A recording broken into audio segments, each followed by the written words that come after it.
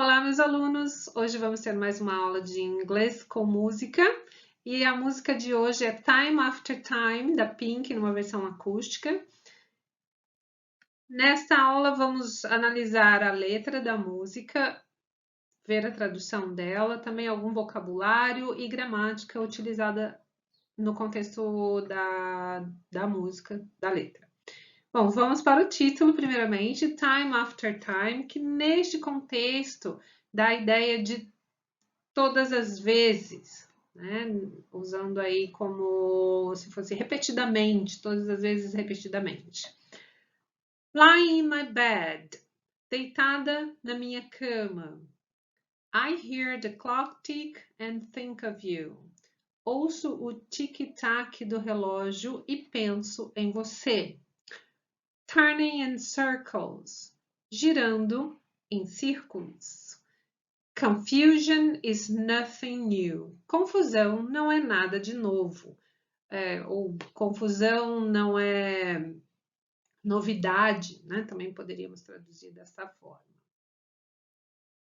Flashback to warm nights, almost left behind.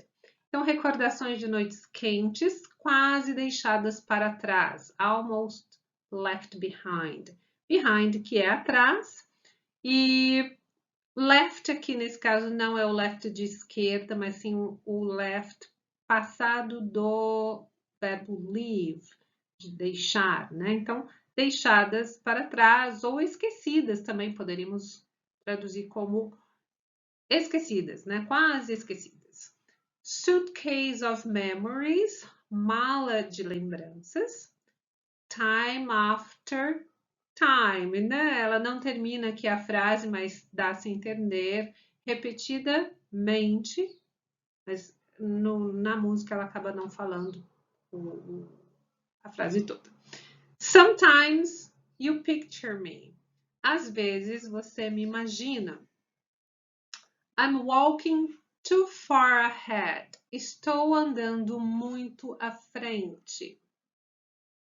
You're calling to me. Você está chamando por mim. I can't hear what you've said. Não consigo ouvir o que você disse.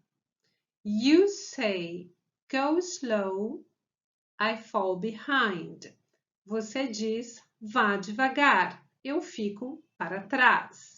No português, nós traduziríamos isso como eu estou ficando para trás. No inglês, a gente não necessariamente usa aí o contínuo, né? I fall behind, nesse sentido que ela quer dizer. The second hand unwinds. O ponteiro dos segundos vai para trás. The second hand, aí, nesse sentido de ponteiro dos segundos, ok? If you're lost, you can look. Se você estiver perdido, você pode olhar ao redor, né? And you will find me time after time. E você vai me encontrar todas as vezes. If you fall, I will catch you. Se você cair, eu vou te segurar. I'll be waiting time after time. Estarei esperando todas as vezes.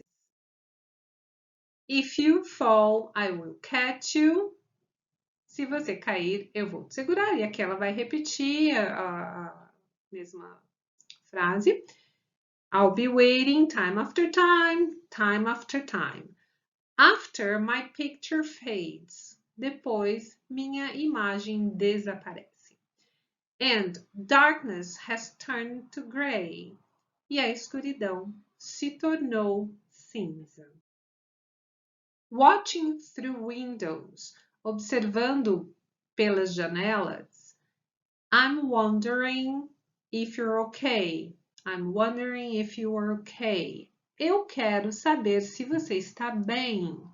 You say, go slow. I fall behind. Você diz, vá devagar, eu fico para trás, ou estou ficando para trás.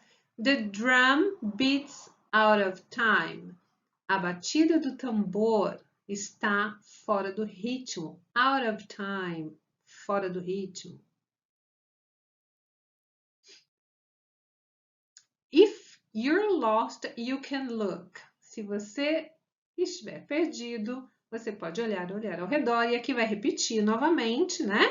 And I will find me, and you find me time after time. If you fall, I will catch you. I'll be waiting time after time. Bom, aqui terminou. Antes de continuarmos, deixe o seu like e se inscreva no canal.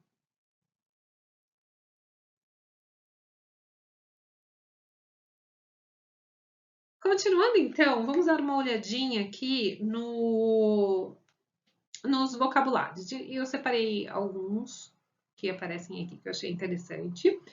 Sometimes you pictured me. Picture pode ser usado como um verbo, né? Tanto que aqui ele está sendo usado no passado, no sentido de imaginar, criar mentalmente uma imagem, né? Picture it. E aí você descreve aqui, um cenário, por exemplo, né? E você pede para a pessoa imaginar. Picture it. Ok? Mas também ele é mais comumente visto aí nos nossos livros e aparece nas conversas como picture, no sentido de foto ou um quadro, né? Pode também ter essa tradução, que é mais comum de se ver. E até, inclusive, ela usa nesse contexto também na letra da música, nessa parte que fala After my picture fades. Então, depois minha imagem desaparece. Então, picture aqui já no sentido de imagem e não mais de imaginar ou de criar algo, né? Eu tenho aqui uma frasinha, um desafio para vocês. Imagine-se deitado em uma praia sob o sol quente. Como você traduziria esta frase? Pensa um pouquinho, eu vou dar um tempinho para você.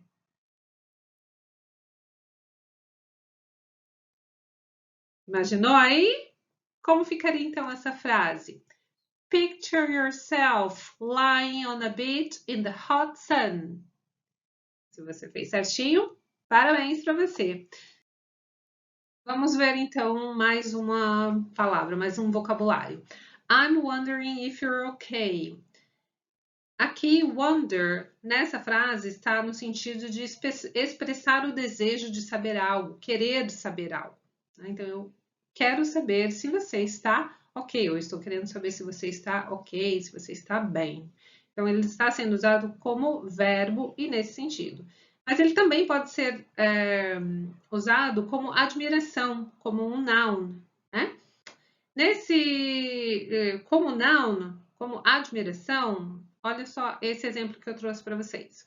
Her attitude caused me great wonder. Então, sua atitude causou ou me causou uma grande admiração.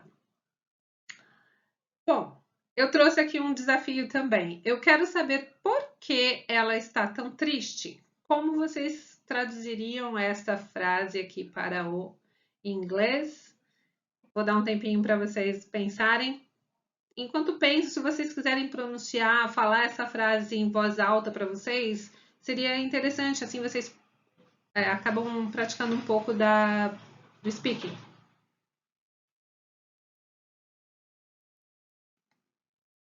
I wonder why she's so sad. E esse wonder aqui é um verb ou um noun? I wonder why she's so sad.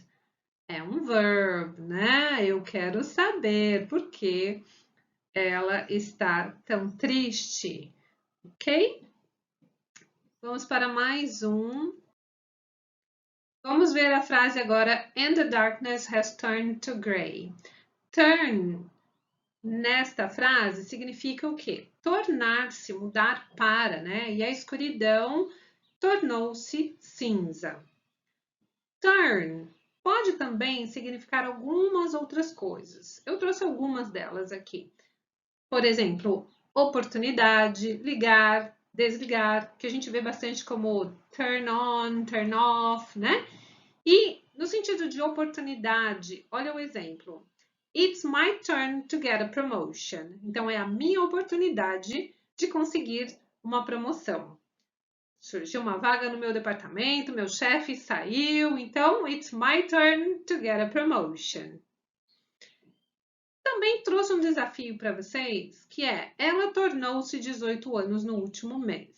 Eu trouxe bem literal do inglês, mas no português a gente não falaria dessa forma, né? Ela tornou-se 18 anos no último mês. Ela fez 18 anos no último mês. Porém, no inglês, a gente não vai usar o verbo fazer. Como ficará, então? Tempo para você pensar. Diga em voz alta como fica essa frase no inglês.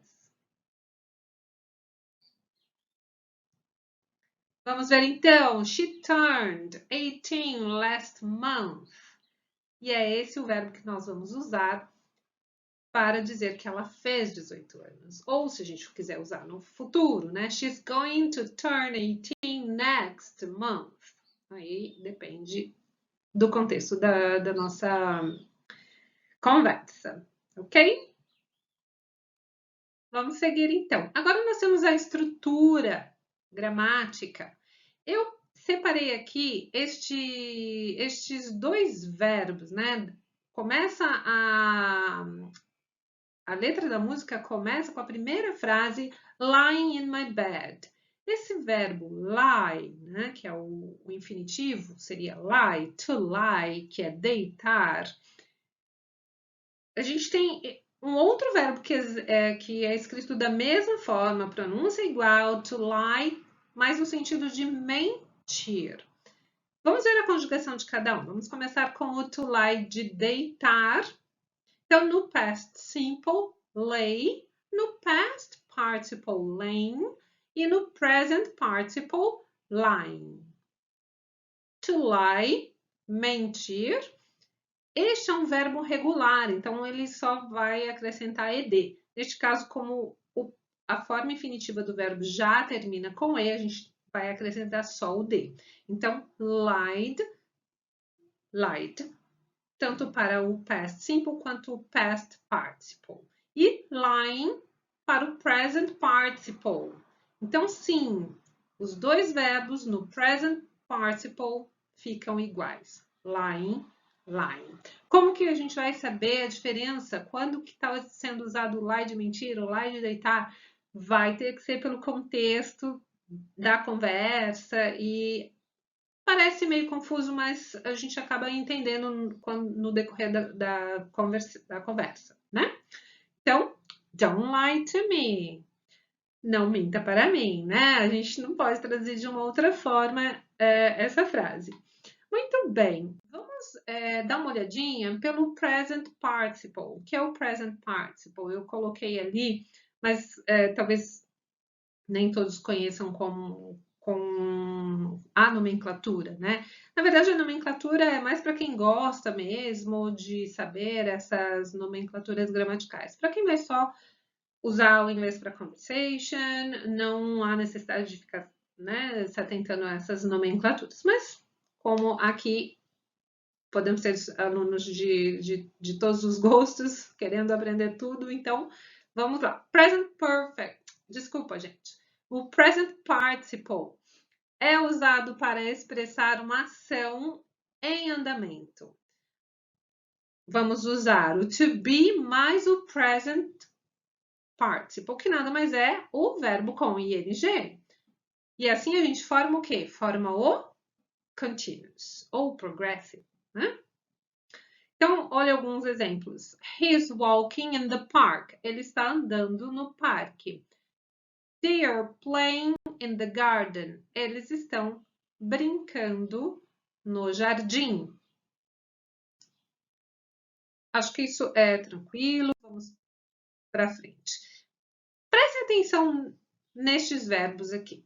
No inglês, a gente tem que ter um pouquinho de cuidado quando a gente quer falar eu estou deitada ou eu estou deitado, porque nós usamos I'm lying, a gente usa sim o continuous para falar eu estou deitada. Embora no português a gente não fala eu estou deitando. Então, I'm lying, quando eu quero dizer eu estou deitada. Estou de pé. Também a mesma situação. I'm standing. Estou sentada. I'm sitting. Eu não falo eu estou sentando em português, mas no inglês é a forma correta de se dizer. I'm sitting, I'm standing, I'm lying. Ok? Então, vamos caminhar mais um pouquinho. Vamos mudar de assunto, na verdade, aqui agora. Olha essa frase tirada da música. If you fall, I will catch you. Se você cair, eu pegarei você. Isso, de novo, first conditional. Vamos falar de novo de nomenclaturas. Mas assim, o first conditional ele é usado para expressar ações ou situações que poderão acontecer no futuro, porém depende de uma outra situação acontecer. Né? E por isso é condicional. Está condicionado a uma ação ou algum acontecimento para ter um resultado no futuro. Olha só, ela usa bastante isso na música. Eu trouxe alguns outros exemplos, né? Para talvez ficar mais claro. If it rains on the weekend, I will stay home. Então, se chover no final de semana, eu ficarei em casa. If I have enough money by the end of the year, I'll buy that car. Então, se eu tiver dinheiro suficiente no final do ano, eu comprarei aquele carro. Então, o ato de eu comprarei o carro vai ter uma condição. Qual é a condição? De eu ter dinheiro. Se eu não tiver, não dá para comprar, né? Então, esse é o first conditional, que é essa condição, que vai ser sempre na if parte, né? A if clause, que a gente chama. Vamos usar o present simple, então, if I have, if it rains, né? Lá em cima ela fala if you fall, então, sempre no presente. E a consequência é que vai estar no futuro, né? I will stay home, I will buy that car.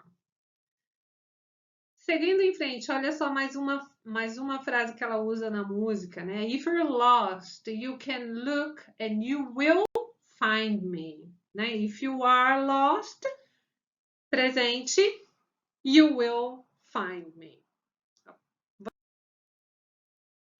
Complete the sentence. If I win the lottery, como você completaria essa frase?